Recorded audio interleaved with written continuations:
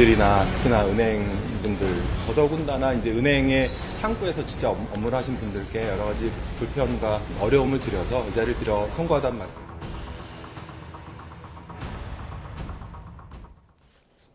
네, 금감원장이 송구하다고 했네요.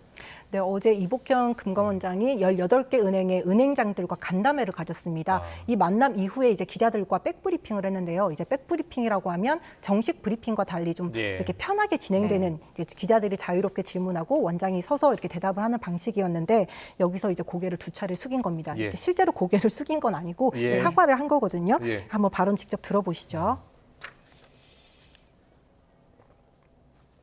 급증하는 가계대출 관리와 관련돼서 조금 더 세밀하게 저희가 입장과 메시지를 내지 못한 부분, 그리고 그로 인해서 국민들이나 특히나 은행분들,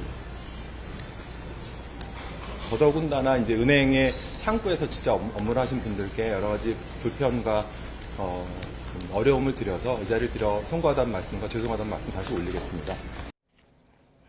네, 그동안 메시지를 어떻게 냈길래 이렇게 사과까지 하게 된 거죠? 사실 올해 초에 좀 은행권 분위기 기억나시나요? 올해 초만 해도 상생 금융이 화두였습니다. 사실 지난해 말부터 이어진 화두였는데 그때만 해도 서민 부담을 줄여야 하니까 대출금리 인하를 사실상 정부와 금융당국이 압박해 왔습니다. 이제 물론 이제 주택담보대출 금리를 결정하는 기준이 되는 은행채 5년물 등 이제 시장 금리가 이제 하락 추세에 계속 있었거든요. 이것도 전체 이제 대출금리를 끌어내리는데 영향을 주긴 했지만 어쨌거나 여러 가지 이제 상황들이 겹치면서 이 서울을 중심으로 집값이 꿈틀대기 시작한 겁니다. 그러다 보니 가계대출이 급증했거든요. 이 주택담보대출 오름세가 가팔라지니까 이복현 원장의 발언이 좀 미묘하게 달라지기 시작한 겁니다. 저희가 그래픽 준비했는데 한번 보실까요? 이 성급한 금리 인하 기대와 주택가격 반등에 편승한 대출 확대로 가계부채 문제 악화가 우려되고 있다. 사실상 은행권을 겨냥한 발언이었거든요. 그럼 당연히 은행권은 이 발언 이후에 경쟁적으로 금리를 끌어올리기 시작한 겁니다. 한 달 새 무려 20여 차례 인상을 했으니까 시장에서는 곡소리가 나올 수밖에 없었겠죠. 그렇군요. 여론이 나빠졌습니다. 그러니까 이복현 원장 이번에도 또 약간 태세를 전환했거든요. 저희가 다른 또 이제 그래픽 준비했는데 한번 보실까요? 이번에는 지난달 25일에 나온 발언이었는데요. 대출금리 상승을 내가 바란 게 아니었다.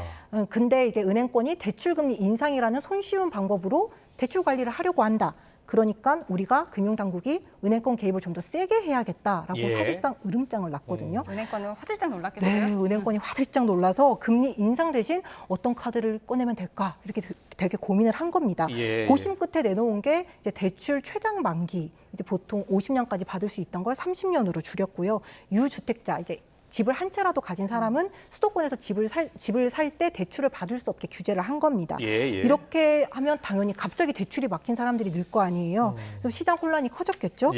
그러니까 또 이 원장이 이번에는 실수요자 보호를 강화해야 하지 않냐라면서 한 발 물러섰습니다. 이런 상황이 계속 반복되니까 은행권은 도대체 어느 장단에 맞춰야 할지 모르겠다라며 난감해하는 입장입니다. 그랬군요. 원래 은행들이 감독당국의 눈치를 많이 보는데 어떻게 해야 될지를 몰랐었던 것 같아요. 그리고 정부와 엇박자 논란도 있었는데 어떻게 되어가고 있습니까? 네, 이 가계대출 문제는 사실 금감원만의 문제는 아니고요. 금융위원회에서도 같이 이렇게 조율을 하게 되는데 이게 약간 이복현 원장의 발언과 김병환 금융위원장의 좀 이 기조가 좀 다르다라는 지적이 있었습니다. 그러다 보니까 금융위원회에서 먼저 정리에 나섰는데요. 이 김병환 금융위원장이 지난 6일 이 원장과 메시지 충돌은 없다라면서 이제 발언을 했습니다. 직접 한번 들어보시죠. 단편적으로 보면은 어느 부분이 강조됐느냐에 따라 가지고 메시지가 서로 충돌이 되거나 혼선이 있는 것처럼 보일 수도 있습니다만 전체 흐름으로 보면은 금감원장이 말씀하신 거나 제가 말씀드린 것 인식하는 것은 차이가 없다.